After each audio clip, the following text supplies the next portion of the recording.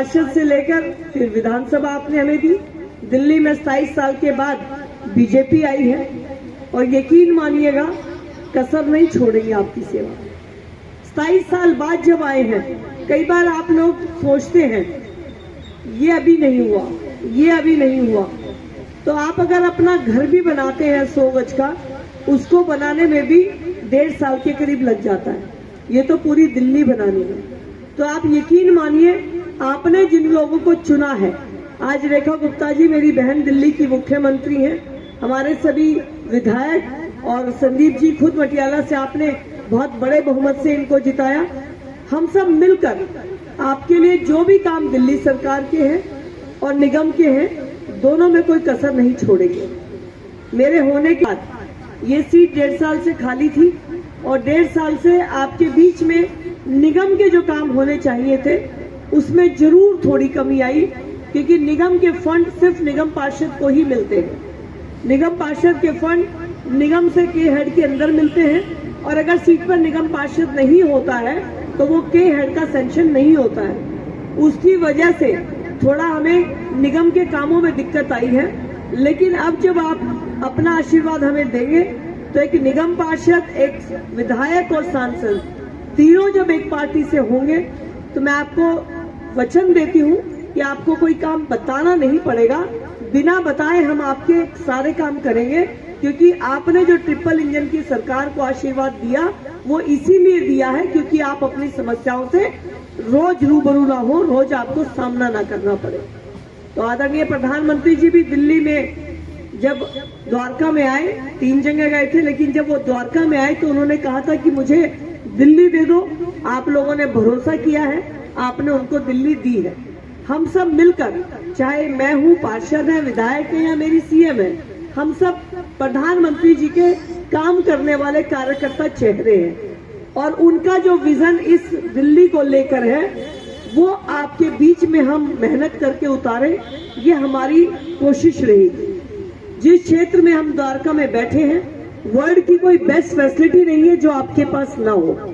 अगर चारों तरफ आप देखेंगे तो यशोभूमि, फिर उसके बाद सामने आपने गोल्फ कोर्स बनी गया है, उससे आगे सेक्टर 19 में हमारा स्टेडियम बन रहा है 45,000 की कैपेसिटी का, क्रिकेट और हॉकी हाइड्रोलिक स्टेडियम है। उसके सामने भारत वंदना पार्क बन रहा है। उसके सामने अगर हम देखेंगे तो स्पोर्ट्स कॉम्प्लेक्स सेक्टर 19 का तैयार होने वाला है। सेक्टर 17 का उद्घाटन हो चुका है। सेक्टर 23 में आइस स्केटिंग भी बन रही है। तो आइस स्केटिंग इंडिया का पहला होगा जो किसी स्पोर्ट्स कॉम्प्लेक्स में बनेगा और वो द्वारका के अंदर बन रहा है।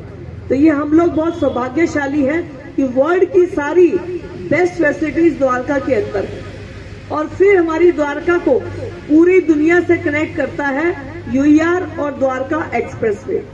ये दोनों रोड जब से बने हैं, मुझे लगता है हम सबकी जिंदगी बहुत आसान हो गई। गुड़गांव जाने में हम लोगों को 45 मिनट से ऊपर 1.5 घंटा लगेगा, 2 घंटा कुछ पता नहीं था, लेकिन आज गुड़गांव जाने में हमें मात्र 10 मिनट लगते हैं। और मेरे को सुबह झाड़ोदा जाना था, झाड़ोदा जाने में आप ये लगा लीजिए 45 मिनट मुझे पहले लगते थे कम से कम। आज मैं 12 मिनट में झाड़ोदा हवन पर होकर और वापस भी आ गई। ये इस द्वारका एक्सप्रेसवे और यूईआर की जो हमें सौगात मिली है, ये बहुत बड़ी है। अब नया मेट्रो एक कनेक्शन बन रहा है जिसमें कि सेक्टर 21 एयरपोर्ट मेट्रो को गुड़गांव मेट्रो से कनेक्ट किया जा रहा है। बहुत जल्दी ये काम शुरू हो जाएगा और तैयार भी होने में इसको डेडलाइन तय है। 2 कॉलेज आपके यहाँ पर बने हैं, एक आपके लेफ्ट में बना है, एक आपके राइट में बना है। यू का वीर सावरकर कॉलेज। तो कॉलेज की बात हो, इंफ्रास्ट्रक्चर की बात हो, बेसिक फैसिलिटीज की बात हो, सारे काम प्रधानमंत्री जी की विजन को हम दिल्ली में उतारने के लिए कर रहे हैं। आपके बीच में निगम के चुनाव नहीं, उपचुनाव है, आशीर्वाद के लिए आए हैं और लगातार आने का मौका मिल रहा है।